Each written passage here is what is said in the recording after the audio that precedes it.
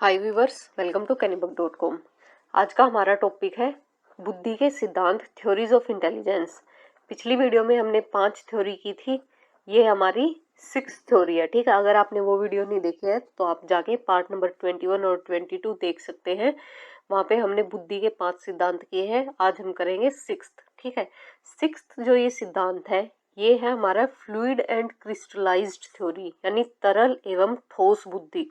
तरल एवं ठोस बुद्धि सिद्धांत है, ये हमें किसने दिया था? ये हमें दिया था कैटल ने। ठीक है, कटेल भी बोल सकते हैं। ये 1966 में दिया था हमें। ठीक है, इसमें दो टाइप की इंटेलिजेंस की बात की उन्होंने। एक तो है हमारी फ्लूइड, यानी जो तरल बुद्धि है। एक तो वो है तरल बुद्धि। होती क्या है? तरल बुद्धि वो बुद्धि होती है, उन्होंने ये बताया कि तरल बुद्धि वो बुद्धि जो हमें जेनेटिक जीन से मिली है। ठीक है, यानी जो हमें अपने पेरेंट्स से, अपने पूर्वजों से मिली है। ये हमारी संस्कृति, जो हमारा कल्चर होता है ना, उससे इफेक्ट होती है। यानी वो बुद्धि जिसे केंद्रीय नाड़ी संस्थान, यानी कि हमारा जो सेंट्रल नर्वस सिस्टम है वो कंट्रोल करता है, उस पे बेस्ड होती है, उसे हम कहते हैं तरल बुद्धि। आप इसे ऐसे याद कर सकते हो, जैसे हमारे जीन्स होते हैं तो वो एक प्लेस, एक मतलब हमारे पेरेंट्स से हमारे पास आते हैं तो वो ट्रांसफर हो सकते हैं। और फ्लूइड है, फ्लूइड भी ट्रांसफर हो सकते हैं। तो आप इसको ऐसे याद कर सकते हो कि फ्लूइड फ्लूइड यानी ये जेनेटिकली हमें मिली है, और इस पे जो हमारा कल्चर है उसका बहुत इफेक्ट पड़ता है। इसके कंपैरिजन में जो ये क्रिस्टलाइज्ड इंटेलिजेंस है, यानी ये ठोस बुद्धि है, ये इसका बिल्कुल उल्टा है। ठीक है, ये ठोस बुद्धि क्या होती है? ये हम जो एक्सपीरियंस करते हैं ना, हमारे डे टू डे जो भी एक्सपीरियंस होते हैं, हमारे अनुभव होते हैं, हम अपनी डेली लाइफ में जो सीखते हैं, लर्न करते हैं, और जो हमारा इन्वायरमेंट होता है, जो हमारा वातावरण होता है, हम वातावरण के साथ जो भी अनुक्रिया करते हैं, ये उस पे बेस्ड होते हैं। यानी कि हम कह सकते हैं कि ये फ्लूइड बुद्धि है, ये तो हमें मिलती है। ठीक है, पेरेंट्स से मिलती है, जीन्स से मिलती है। और ये क्रिस्टलाइज्ड बुद्धि है, जो ये ठोस बुद्धि है, ये हम अपने एक्सपीरियंस से डेवलप करते हैं, अपने आप डेवलप करते हैं। ठीक है, यानी ये दोनों हो गए हेरिडिटी एंड इन्वायरमेंट।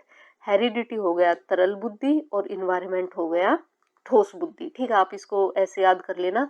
इसको हम बोल सकते हैं कि ये हेरिडिटी हो गया, जो हमारी फ्लूइड है, और ये जो क्रिस्टलाइज ठोस बुद्धि है ये हमारे इन्वायरमेंट हो गया, क्योंकि इसको हम खुद एक्वायर करते हैं। ठीक है, आई होप ये समझ में आई होगी आपको। अब आते हैं अपने नेक्स्ट पार्ट की तरफ। जो नेक्स्ट बुद्धि है वो है हमारी बहुकारक बुद्धि सिद्धांत। ठीक है, यानी मल्टी फैक्टर थ्योरी। ये मल्टी फैक्टर थ्योरी ये हमें किसने दी थी? ये हमें दी थी थॉर्नडाइक ने। ठीक है, ये बहुकारक सिद्धांत ये थॉर्नडाइक ने दिया था। इसमें इन्होंने क्या बताया है? इस प्रिंसिपल के अकॉर्डिंग जो मनुष्य होता है उसमें जो डिफरेंट मेंटल क्रियाएं होती हैं, एक्टिविटीज होती है, उनके बीच कोई ना कोई कोरिलेशन होता है। ठीक है, इस कोरिलेशन को उन्होंने 3 टाइप में डिफाइन किया है कि एक आदमी में 3 टाइप की बुद्धि होती है। कौन कौन सी? पहली तो होती है सामाजिक बुद्धि, फिर आती है अमूर्त, फिर आती है मूर्त। पहले सामाजिक बुद्धि के बारे में देख लेते हैं कि इसके बारे में उन्होंने क्या बताया है। उन्होंने कहा है कि सामाजिक बुद्धि यानी सोशल इंटेलिजेंस वह हमारी मेंटल पावर है, वह हमारी क्षमता है जिसके द्वारा जो व्यक्ति है वो दूसरे व्यक्तियों से, यानी सोसाइटी में जो आदमी है उनसे ठीक ढंग से बातचीत करता है, उनको ठीक ढंग से समझता है, और उनसे ठीक ढंग से बिहेव करता है, व्यवहार करता है। ठीक है, जिस भी व्यक्ति में ये सोशल इंटेलिजेंस ज्यादा होगी ना, उसके जो सोशल रिलेशन है वो काफी अच्छे होंगे, और उसकी समाज में जो एक प्रतिष्ठा है, जो एक इज्जत है ना, रेपुटेशन है, वो काफी अच्छी होगी। जिनकी सामाजिक बुद्धि अच्छी होती है, सोशल इंटेलिजेंस अच्छी होती है, उनके सोशल रिलेशनशिप भी अच्छे होते हैं, और उनको समाज में इज्जत भी बहुत मिलती है, उनके सोशल स्किल भी बहुत होते हैं। और ऐसे व्यक्ति ही, ऐसे बच्चे ही आगे जाके अच्छे नेता बनते हैं। ठीक है, तो ये सोशल इंटेलिजेंस है, ये सोसाइटी पे बेस्ड है। फिर आता है अमूर्त बुद्धि। अमूर्त बुद्धि क्या होता है? इसको हम इंग्लिश में एब्स्ट्रैक्ट इंटेलिजेंस भी बोलते हैं। यानी जो हमें जो चीजें दिख नहीं रही उनके बारे में जो भी रिलेशन कराए, उन पे जो हम इंटेलिजेंस लगाते हैं, जो चीज़ हमारे सामने नई है हम फिर भी उनको सोच पाते हैं, उसको बोलते हैं अमूर्त बुद्धि। ठीक है, ये हायर लेवल की इंटेलिजेंस होती है, सबसे हायर लेवल की इंटेलिजेंस होती है अमूर्त बुद्धि यानी एब्स्ट्रैक्ट इंटेलिजेंस। इसमें जो हमारी मेंटल पावर है, जो हमारी मानसिक क्षमता है, जिसके सहारे हम जो भी शाब्दिक या जो भी हमें मैथ्स के कोई भी हमें ट्रेसेस दे देता है, सिंबल दे देता है, उनके रिलेशन को हम आसानी से समझ पाते हैं। यानी जैसे हम रीजनिंग में करते हैं ना, एक तो होता है वर्बल रीजनिंग, एक होता है नॉन वर्बल रीजनिंग। ठीक है, तो जो नॉन वर्बल रीजनिंग होता है ना, यानी हमें रिलेशन बताना होता है, फिगर्स में हम रिलेशन स्थापित करते हैं कि ये अगर इसमें ये है, एनालॉजी वगैरह करते हैं, तो उसमें हम अपनी अमूर्त बुद्धि का यूज करते हैं। ठीक है, ऐसा व्यक्ति जिसमें जो ये एब्स्ट्रैक्ट इंटेलिजेंस है ये अधिक होती है, वो एक सफल कलाकार बनता है, या तो वो एक आर्टिस्ट अच्छा बनेगा, या अच्छा पेंटर बनेगा, या अच्छा मैथमेटिशियन बनेगा, क्योंकि इन तीनों कामों में ही सबसे ज़्यादा इंटेलिजेंस लगती है। ठीक है, आर्टिस्ट है, उसे कुछ ड्रॉ करना है, तो उसे सबसे ज़्यादा अमूर्त बुद्धि, पहले उसे अपने माइंड में इमेजिन करना पड़ेगा कुछ, उसके सामने कुछ भी नहीं है, वो देख के कुछ भी नहीं बना रहा, वो पहले अपने माइंड में बनाता है और माइंड से वो फिर अपने काम को अपने पेज पे उतारता है। ठीक है, यानी जो भी चीज हमारे सामने नई है, हमारे दिमाग में ही है, हम उसको यूज करते हैं, उसको बोलते हैं अमूर्त बुद्धि। ठीक है, ये मूर्त बुद्धि है। फिर आती है हमारी मूर्त बुद्धि यानी कंक्रीट इंटेलिजेंस। ये होती है कि जो भी चीज हमारे सामने है हम उसे देख के अपने माइंड से उसको समझने की कोशिश करें। ठीक है, ये वैसी मानसिक क्षमता होती है जिसके सारे व्यक्ति है वो ठोस वस्तुएं, जो भी सॉलिड चीज है ना उसके सामने, जो भी कंक्रीट चीज है उनकी इंपॉर्टेंस को समझता है और उनमें डिफरेंस करना सीखता है। ठीक है, इस तरह की बुद्धि है वो व्यापारी जो भी बिजनेसमैन होते हैं उनमें बहुत पाई जाती है। ठीक है, तो हमें पता चल गया ये बात कि बिजनेसमैन बनने के लिए हमें कंक्रीट इंटेलिजेंस का होना जरूरी है, मूर्त बुद्धि का होना जरूरी है। और जो पेंटर वगैरह होते हैं, पेंटर, मैथमेटिशियन और जो आर्टिस्ट होते हैं उनमें अमूर्त बुद्धि होती है, और अमूर्त बुद्धि ही जो सृजनात्मक होते हैं ना बच्चे, उनमें सबसे ज्यादा पाई जाती है। और मूर्त बुद्धि होती है ये इंटेलिजेंट बच्चों में पाई जाती है, यानी इसके हेल्प से कोई भी बिजनेसमैन, कोई भी बच्चा है वो फ्यूचर में बिजनेसमैन वगैरह बन सकता है। ठीक है, इस तरह से हमें पता चलता है कि जो थॉर्नडाइक था उसने हमें 3 बुद्धि के प्रकार बताए हैं, सामाजिक बुद्धि, अमूर्त बुद्धि और मूर्त बुद्धि। ऐसा नहीं है कि इसमें सामाजिक बुद्धि अधिक होगी, उसमें मूर्त बुद्धि या मूर्त बुद्धि कम होगी, और जिसमें मूर्त बुद्धि अधिक होगी उसमें अमूर्त और सामाजिक कम होगी। नहीं, ऐसा कुछ भी नहीं है। हो सकता है कि जिसमें सामाजिक बुद्धि ना हो उसमें ये दोनों अच्छी हो, यानी कि या तो तीनों बराबर मात्रा में हो सकती है, या एक ज्यादा हो सकती है, एक कम हो सकती है। ये कोई जरूरी रूल नहीं है, तीनों भी हो सकती है किसी बच्चे में, और किसी में तीनों में भी कमी आ सकती है। ठीक है, तो ये था हमारा थॉर्नडाइक का मल्टी फैक्टर थ्योरी। अब आते हैं नेक्स्ट पार्ट पे। नेक्स्ट है हमारा गार्डनर का बहुबुद्धि का सिद्धांत, यानी Gardner's theory of multiple intelligence. Gardner ने हमें थ्योरी है वो मल्टीपल इंटेलिजेंस के बेस पे बताई है। उन्होंने कहा है कि जो हमारी बुद्धि होती है ना, इंटेलिजेंस होती है, वो एक फैक्टर पे नहीं, वो बहुत सारे फैक्टर, मल्टीपल फैक्टर पे डिपेंड होती है। ठीक है, बुद्धि का स्वरूप है, बुद्धि का जो स्ट्रक्चर है वो सिंगुलर न होकर बल्कि मल्टी फैक्टर होता है, मल्टीपल होता है। उन्होंने यह बताया कि जो हमारी सामान्य बुद्धि होती है वो 7 तरह की जो पावर्स है, एक्टिविटीज है, उन वे इंक्लूडेड होती है हमारी इंटेलिजेंस में। यानी हमारी जो इंटेलिजेंस है वो 7 टाइप की पावर्स रखती है ये वाली। इन 7 तरह की बुद्धि है, इनका जो विशेष गुण है ना वो ये है कि प्रत्येक बुद्धि एक दूसरे से इंडिपेंडेंट होती है, कोई भी दूसरे पे डिपेंड नहीं करती है, और माइंड में प्रत्येक के काम करने के जो रूल्स है वो अलग अलग होते हैं। ठीक है, ये 7 टाइप की ये दे रखी। उसमें सबसे पहली है भाषाई बुद्धि।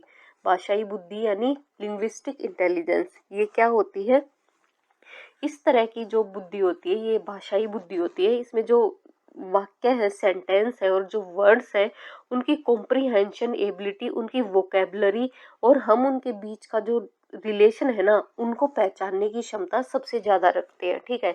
यानी जो भाषा की जो बेसिक रूल्स है ना, हमें उन्हें समझने की बहुत ज़्यादा इंटेलिजेंस पाई जाती है। इस टाइप की बुद्धि में हम भाषा से रिलेटेड जो भी बातें हैं वो बहुत जल्दी समझ लेते हैं और उनके बीच में रिलेशन है उनको बहुत जल्दी ईजिली अंडरस्टैंड कर सकते हैं। इसके बाद है तार्किक गणितीय बुद्धि। तार्किक गणितीय बुद्धि यानी लॉजिकल मैथमेटिकल इंटेलिजेंस। इसमें जो बुद्धि में है, इस तार्किक गणितीय बुद्धि में जो तर्क करने की क्षमता है यानी रीजन करने की क्षमता है, लॉजिक लगाने की क्षमता है, जो मैथ्स की प्रॉब्लम सोल्व करने की क्षमता है और जो सीक्वेंस में नंबर्स को अरेंज करने की एबिलिटी है वो सबसे ज़्यादा पाई जाती है। जो एनालॉजिकल एबिलिटी है ना इसमें वो इंक्लूड होती है। फिर है स्थानिक बुद्धि यानी स्पेटियल इंटेलिजेंस। इस टाइप की इंटेलिजेंस में हम जो अपने दिमाग में जो भी फिगर बनाते हैं ना, जो भी हमारे दिमाग में बातचीत चल रही होती है, जैसे कोई ज्योमेट्रिक फिगर ही ले लो, कोई हमें बोलता है कि 3D फिगर के बारे में सोचो, तो हमारे माइंड में जो डायग्राम बनता है ना ये उससे रिलेटेड है स्पेटियल इंटेलिजेंस, ठीक है। यानी इसमें जो स्पेटियल फिगर्स है उनको हम अपने दिमाग में किस तरह से रखते हैं, उनका कैसे विजुअलाइजेशन करते हैं, ये इसमें आता है। फिर है शारीरिक गतिक बुद्धि यानी कि बॉडी काइनेटिक इंटेलिजेंस। इसमें क्या होता है, इसमें जो हमारी जो बॉडी की जो गति पर नियंत्रण रखने की क्षमता है, यानी हम अपनी बॉडी पे कैसे कंट्रोल रखते हैं, हम जो भी वस्तुएं हैं उनको स्किलफुली कैसे घुमाते हैं, हम कैसे चलते कैसे फिरते हैं, हमारी बॉडी में कितनी पावर है, तो वो इसमें इंक्लूड है। जैसे अगर ये शारीरिक गति बुद्धि जिस इंसान में ज़्यादा होगी ना वो या तो अच्छा डांसर बनेगा या जिम्नास्टिक अच्छा बनेगा, क्योंकि इन जो भी हमारे बॉडी के ये काम हैं जैसे डांस करना, जिम्नास्टिक, इनमें हमें अपनी बॉडी पर ज़्यादा कंट्रोल चाहिए है और बॉडी पर जितना अच्छा कंट्रोल होगा हम उतना ही अच्छा परफॉर्म कर पाएंगे। साथ ही साथ इस तरह की जो बुद्धि है वो जो हमारे प्लेयर्स होते हैं जैसे क्रिकेट प्लेयर, टेनिस प्लेयर या न्यूरो सर्जन होते हैं या जो भी आर्टिस्ट होते हैं उनमें अधिक होती है, क्योंकि उन्होंने अपनी जो उनकी बॉडी जैसे काम करती है ना उसको कंट्रोल करने में वो बहुत स्किलफुल होते हैं। उनका बहुत बड़ा मतलब ये होता है कि हम अपनी बॉडी को अच्छे से कंट्रोल कर सकते हैं। फिर है संगीतिक बुद्धि। ये संगीतिक बुद्धि यानी ये हो गया हमारा म्यूजिकल इंटेलिजेंस, जो भी हमारी संगीत को समझने की क्षमता है, जैसे पिच को, रिदम को हम अच्छी तरह से समझ लेते हैं, वो सब होता है संगीतिक बुद्धि की वजह से, ठीक है। इस तरह की बुद्धि है वो संगीत देने वालों में या फिर जो म्यूजिक वगैरह देते हैं और जो सिंगिंग करते हैं उनमें अधिक पाई जाती है। इसके बाद है व्यक्तिगत आत्मन बुद्धि। व्यक्तिगत आत्मन बुद्धि यानी पर्सनल सेल्फ इंटेलिजेंस। इस तरह की जो इंटेलिजेंस है वो होती है कि हम अपनी फीलिंग्स को, अपने इमोशंस को कितनी अच्छी तरह से मॉनिटर कर सकते हैं, उनमें कितनी अच्छी तरह से डिफ्रेंशिएट कर सकते हैं और कितनी अच्छी तरह से उनको कंट्रोल कर सकते हैं। ये पावर आती है हमारी पर्सनल सेल्फ इंटेलिजेंस में, ठीक है। इनको हम इंट्रापर्सनल इंटेलिजेंस भी बोलते हैं क्योंकि ये हमारे से रिलेटेड है। हमें अपनी फीलिंग्स, अपने इमोशंस, इनको कंट्रोल करना है, सिर्फ हम ही कर सकते हैं वो। नेक्स्ट है व्यक्तिगत अन्य बुद्धि, ठीक है। व्यक्तिगत अन्य बुद्धि में क्या आता है, पर्सनल अदर इंटेलिजेंस। इस तरह की बुद्धि में जो दूसरे व्यक्ति है ना, जो भी उनकी इच्छाएं हैं, उनकी आवश्यकताएं हैं, उनका जो मूड्स है, हम उसको मॉनिटर करते हैं और वे नई सिचुएशन में कैसे खुद को एडजस्ट करते हैं हम ये देखते हैं। यानी इसमें हम दूसरों को देख के सीखते हैं, इसलिए इसको बोलते हैं इंटरपर्सनल इंटेलिजेंस। यानी हम दूसरे व्यक्तियों का जो बिहेवियर है उसको देख के सीखते हैं। गार्डनर का मानना था कि जो प्रत्येक आदमी है ना उसमें ये 7 तरह की बुद्धि होती है, परंतु कुछ स्पेशल रीजंस जैसे कि हेरिडिटी या ट्रेनिंग के कारण किसी व्यक्ति में कोई जो इंटेलिजेंस है वो ज़्यादा हो जाती है और किसी व्यक्ति में कोई इंटेलिजेंस है वो कम हो जाती है। ठीक है, ये जो भी 7 तरह की इंटेलिजेंस है ये एक दूसरे के साथ इंटरेक्शन करती है। और कुछ खास तरह के जो ब्रेन डैमेजेस होने के कारण अगर किसी व्यक्ति में कोई खास तरह का ब्रेन डैमेज हो गया तो उससे सिर्फ उसकी जो इंटेलिजेंस है उसका एक पार्ट पे असर पड़ेगा। ठीक है, और उसका दूसरे पार्ट पे असर नहीं पड़ेगा, ये भी गार्डनर का मानना था। और गार्डनर ने हमें ये भी बताया है कि ये जो सबसे ऊपर के 3 टाइप की बुद्धि है ना, 3 टाइप की कौन सी, एक तो ये भाषाई बुद्धि, एक ये तार्किक गणितीय बुद्धि और एक ये स्थानिक बुद्धि, ये मेन बुद्धि है। ठीक है, और ये जो नीचे वाली है ना ये थोड़ी लोअर लेवल की है, ऊपर वाली 3 ये हायर लेवल की इंटेलिजेंस है और ये जो नीचे की 4 है ये लोअर लेवल की इंटेलिजेंस है। तो यहाँ पे हमारा ये टॉपिक कंप्लीट होता है। एक और पार्ट बनेगा इसका, उसमें हम करेंगे स्टेनबर्ग का त्रिया तत्व सिद्धांत और दूसरा एक और सिद्धांत रह जाएगा, उसको कंप्लीट करने की कोशिश करेंगे। अगर आपको वीडियो पसंद आई हो तो लाइक शेयर सब्सक्राइब करें and don't forget to press the bell icon. Thank you.